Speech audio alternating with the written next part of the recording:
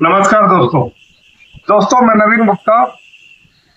दोस्तों, अभी भारत के ऊपर में पाकिस्तान के कुछ आतंकवादियों ने पहलगाम के ऊपर में हमला कर दिया था और ऐसा नरसंहार कि धर्म पूछ पूछ कर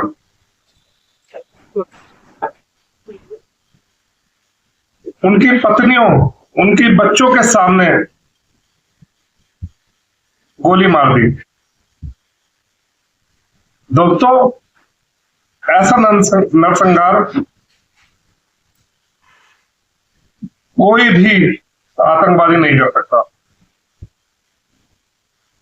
जब तक कि उसको इतनी खतरनाक ट्रेनिंग ना मिली हो और धर्म पूछकर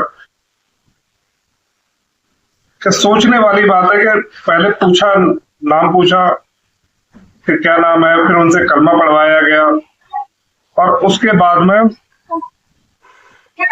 उनको गोली मार दी और उनकी पत्नियों को, उनकी बीवियों को, माताओं को, बच्चों को बोला कि जाकर मोदी जी को बता देना। इतनी क्रूर आतंकवादी घटना थी जिसका कुछ बोला नहीं जा सकता, लेकिन इतनी सोच के भी वो लगता है कि क्या नरसंहार हुआ होगा उस समय वहां पर। दोस्तों, इस नरसंहार के बाद में हमारे प्रधानमंत्री नरेंद्र मोदी जी ने बोला कि इसका बदला लिया जाएगा और ऐसा बदला लिया जाएगा कि पाकिस्तान याद रखेगा। दोस्तों, उसके बाद में हमारे प्रधानमंत्री जी ने रक्षा मंत्री, विदेश मंत्री, तीनों सेनाओं के रक्षा प्रमुख, हमारे देश के एनएसए अजीत डोभाल जी, उन सबके साथ रणनीति बनाई और ऑपरेशन सिंदूर लॉन्च करा। धर्म पूछ के मारा था ना, इसलिए ऑपरेशन सिंदूर इस ऑपरेशन का नाम दिया गया और ऑपरेशन सिंदूर को लॉन्च कर दिया गया। दोस्तों, पहले ही दिन, जिस दिन ऑपरेशन सिंदूर लॉन्च करा, उस दिन हमने पाकिस्तान के 9 ठिकाने पाकिस्तान के आतंकवादियों के ठिकाने, जहां पर आतंकवादियों को पाला जाता था, पोसा जाता था और आतंकवाद की, ऐसी क्रूर आतंकवाद की ट्रेनिंग दी जाती थी, ऐसे 9 ठिकाने पर एयर स्ट्राइक करी और वहां से लगभग 100 आतंकवादी, क्रूर आतंकवादी जो ट्रेनिंग देते थे, ऐसे आतंकवादियों को मार गिराया। दोस्तों, जैसे ही हमने ये ऑपरेशन सिंदूर लॉन्च करा, पाकिस्तान तिलमिला गया, क्योंकि पूरी दुनिया को पहले से ही पता है कि आतंकवाद कौन पालता है, लेकिन इस ऑपरेशन के बाद में इसके 100 से ज्यादा आतंकवादी मारे गए और वह तिलमिला गया और पूरी दुनिया को पता लग गया कि भारत ने अपना बदला लेना शुरू कर दिया है। वो खाली एक ऑपरेशन नहीं था, वो उसके बाद में पाकिस्तान ने अपनी नापाक हरकत शुरू कर दी और अगले ही दिन रात में भारत के ऊपर में ड्रोन भेजना, ड्रोन से हमला, अपनी मिसाइलों से हमला, जो भी वह कर सकता था, बॉर्डर के ऊपर में सीज फायर तोड़कर वहां से अपने बम, गोली बम बरसाना, मासूम लोगों के ऊपर में हमने जो करा था, हमने आतंकवादी के ऊपर करा था, लेकिन उसने बिना देखे कहा क्या होगा, बस ये दिखाना चाहता था कि मैं भी कुछ हूं, और हमला कर दिया उसने। लेकिन हमारी तीनों सेनाएं बिल्कुल इस चीज के लिए तैयार बैठी थी, क्योंकि पाकिस्तान है, पाकिस्तान नहीं, इसका नाम तो आतंकिस्तान होना चाहिए, लेकिन पाकिस्तान ने जो करा, हमारी तीनों सेनाएं तैयार थी, हमारे देश के यशस्वी प्रधानमंत्री बिल्कुल तैयार थे, हमारे देश के एनएसए तैयार थे, हमारे तीनों सेनाओं के प्रमुख तैयार थे, रक्षा मंत्री तैयार थे, विदेश मंत्री तैयार थे कि पाकिस्तान ऐसी कोई हरकत कर सकता है।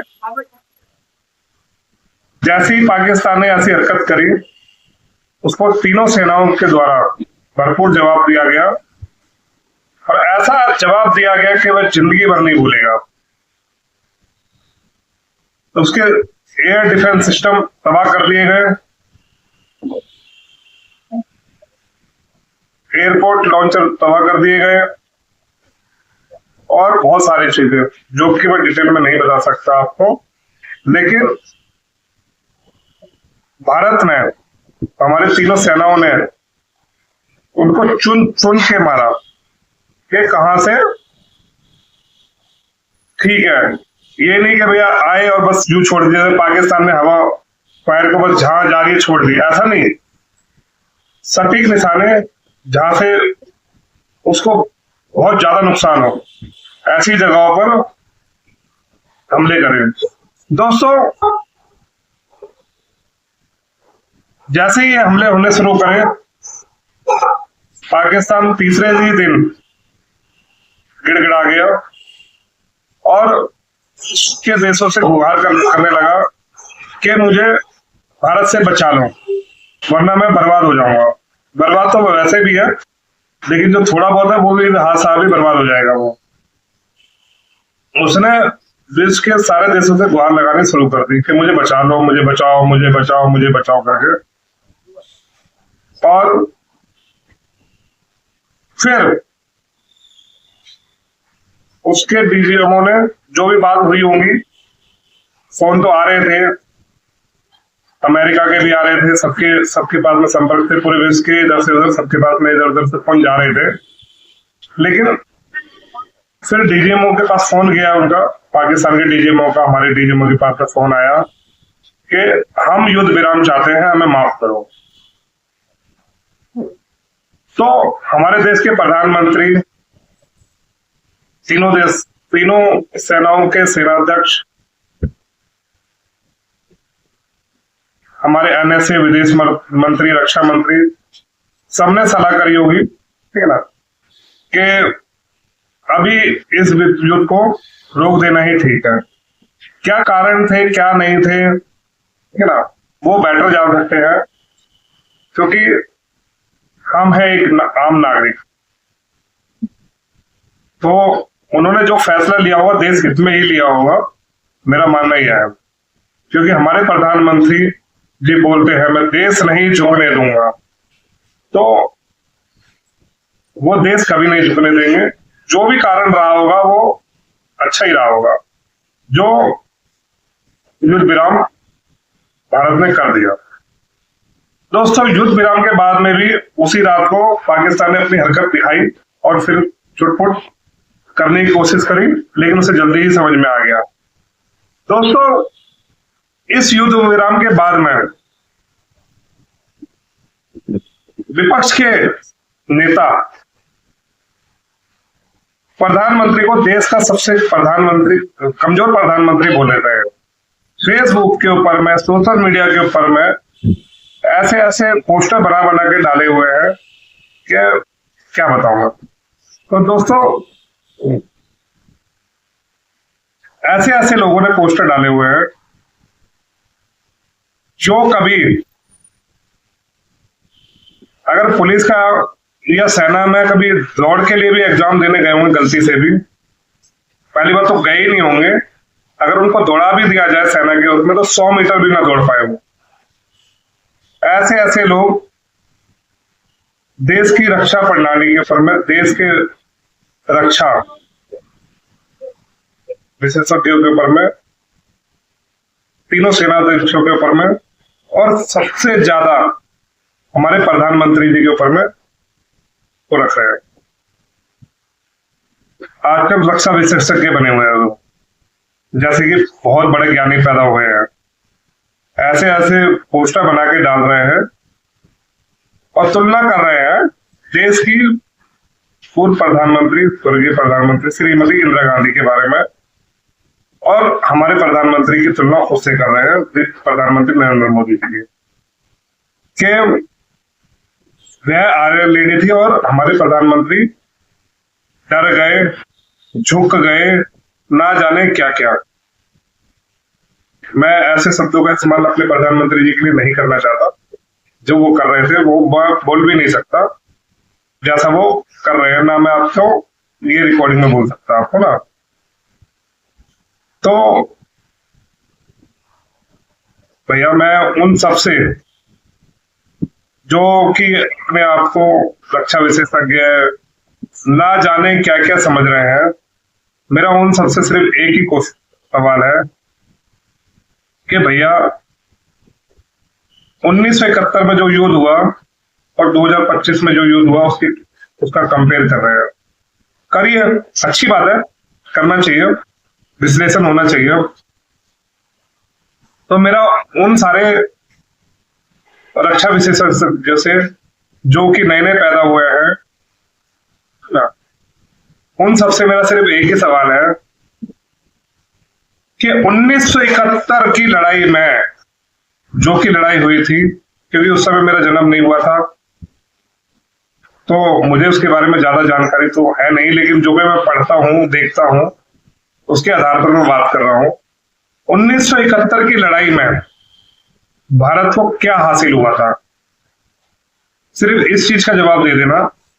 जो युद्ध 14-15 दिन चला था, उस युद्ध में भारत को क्या हासिल हुआ था। अभी लोग कह रहे हैं कि पीओके लेने का यही सही टाइम था, तो 1971 में टाइम नहीं था क्या भाई? जिसको तुम आयरन लेडी बोल रहे हो कि देश के प्रधानमंत्री सबसे आयरन लेडी थी, पता नहीं क्या क्या बोल रहे हैं। क्या 1971 में वह नहीं डर गई थी? 1971 की लड़ाई में पीओके क्यों नहीं लिया गया? इस चीज का जवाब मुझे उन सब चमचों से चाहिए जो आज की डेट में रक्षा विशेषज्ञ बने घूम रहे हैं, जिनको सेना का सा भी नहीं पता होगा, वह आज की डेट में ज्ञान दे रहे हैं फेसबुक के ऊपर पे आके। दोस्तों, 1971 की लड़ाई में 93,000 सैनिक पाकिस्तान के हमने पकड़ रखे थे, बंदी बना रखे थे। हमारी सेना हमें हमेशा से जाबाज रही है और हमेशा रहेगी।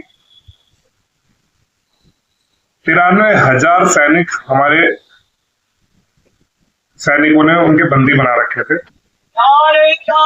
और 50 से 60 सैनिक, कोई 54 बताता है, कोई 55 बताता है, लगभग 50 से 60 सैनिक के आसपास का आंकड़ा है जो कि हमारे सैनिक थे और पाकिस्तान ने पकड़ रखे थे। हमने 93,000, कितने 93,000, और उनके पास में 50 से 60 सैनिक हमारे पास। उस आयरन लेडी जी ने क्या किया था, उनके 93,000 सैनिक छोड़ दिए। तो 93,000 सैनिक, सोचो कितना बड़ा आंकड़ा है। और 50 से 60 सैनिक जो हमारे पकड़े हुए थे पाकिस्तान ने, वह आज तक तो अब खैर जिंदा है या नहीं है, अब तो होंगे भी नहीं। खैर मैं शहीदों को सलाम करता हूँ उनको, लेकिन वह सैनिक जब पकड़े गए 1971 के बाद से आज तक इंडिया वापस नहीं आ पाए हुए। ऐसी थी आयरन लेडीज। ना पीओके लिया, ना 50 से 60 हजार सैनिक छुड़ाए। तो युद्ध हुआ किस लिए था भैया? वो क्या हासिल कर दिया था ऐसा हमारे जिस पर आयरन लेडी बोल रहे हैं? हाँ, अब कुछ चमचे बोलेंगे कि पाकिस्तान के 2 हिस्से कर दिए थे। हाँ, बिल्कुल कर दिए थे। पाकिस्तान से 2 हिस्से करके बांग्लादेश का हिस्सा बना दिया था। तो भैया उससे हमारा क्या फायदा हुआ? देश को उससे क्या फायदा हुआ? क्या आतंकवाद रुक गया? क्या पाकिस्तान मान गया? क्या हमें पीओके वापस मिल गया? या हमारे जो 50 से 60 सैनिक थे वो वापस आ गए? क्या मिला उस युद्ध से हमारे को? तो जो आयरन लेडी बोल रहे हैं, जो प्रधानमंत्री का कंपैरिजन कर रहे हैं, क्या हासिल हुआ था? और हमारे देश के प्रधानमंत्री जी ने बोला है कि ऑपरेशन सिंदूर अभी भी जारी है। अगर उन्होंने एक गोली चलाई तो यहां से खोला जाएगा। अगर देश का एक भी नागरिक किसी भी आतंकवादी घटना में मारा गया तो उसको पाकिस्तान की तरफ से युद्ध समझा जाएगा। पर हमारे प्रधानमंत्री जी ने अभी पूरी तरह से लड़ाई खत्म नहीं करी है। अभी बातचीत चल रही है, क्या होगा क्या नहीं होगा मैं इतना बड़ा रक्षा विशेषज्ञ नहीं हूं। अभी तक जो घटनाक्रम हुआ है मैं सिर्फ उसी के ऊपर बात कर रहा हूं। भविष्य में क्या होगा और क्या नहीं होगा उसके बारे में मुझे नहीं था। हमारे प्रधानमंत्री जी, देश के गृह मंत्री जी, रक्षा मंत्री जी दोहरा चुके हैं कि पीओके हमारा है और हम लेकर ही रहेंगे। लेकिन कुछ अमचे चमचे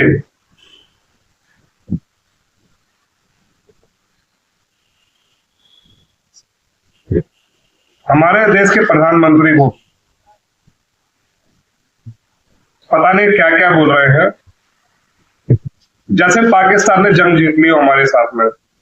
मतलब वे हमारे साथ है, हमारे वो है, या पाकिस्तान के साथ है, मुझे तो आज तक यही समझ में नहीं आया। और अभी युद्ध खत्म नहीं हुआ है, अभी बातचीत चल रही है। अभी बातचीत हुई है, जो भी हुई होगी। लेकिन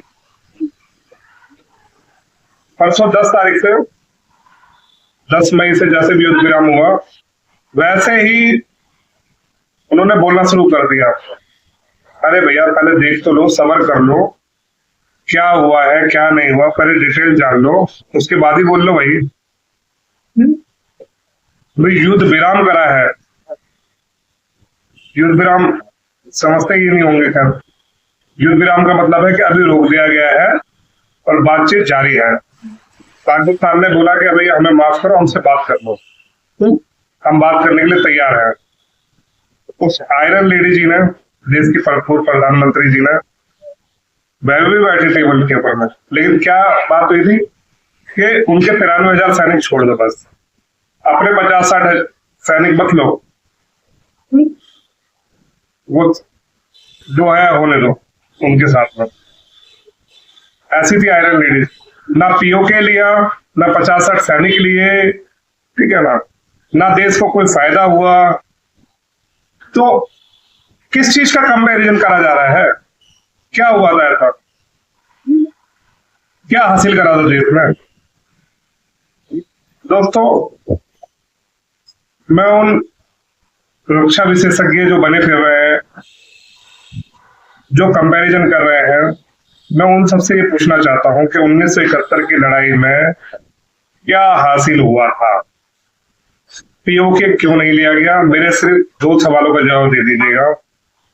जो भी हो, जो भी इस वीडियो को देखेंगे, उल्टे सीधे कमेंट करेंगे, सिर्फ 2 सवालों का सीधा सीधा जवाब देना कि 93,000 सैनिकों को छोड़ दिया, कोई बात नहीं, छोड़ दिया, हमारे 50 से 60 सैनिक क्यों नहीं लिए गए वापस, और पीओके वापस क्यों नहीं लिया गया?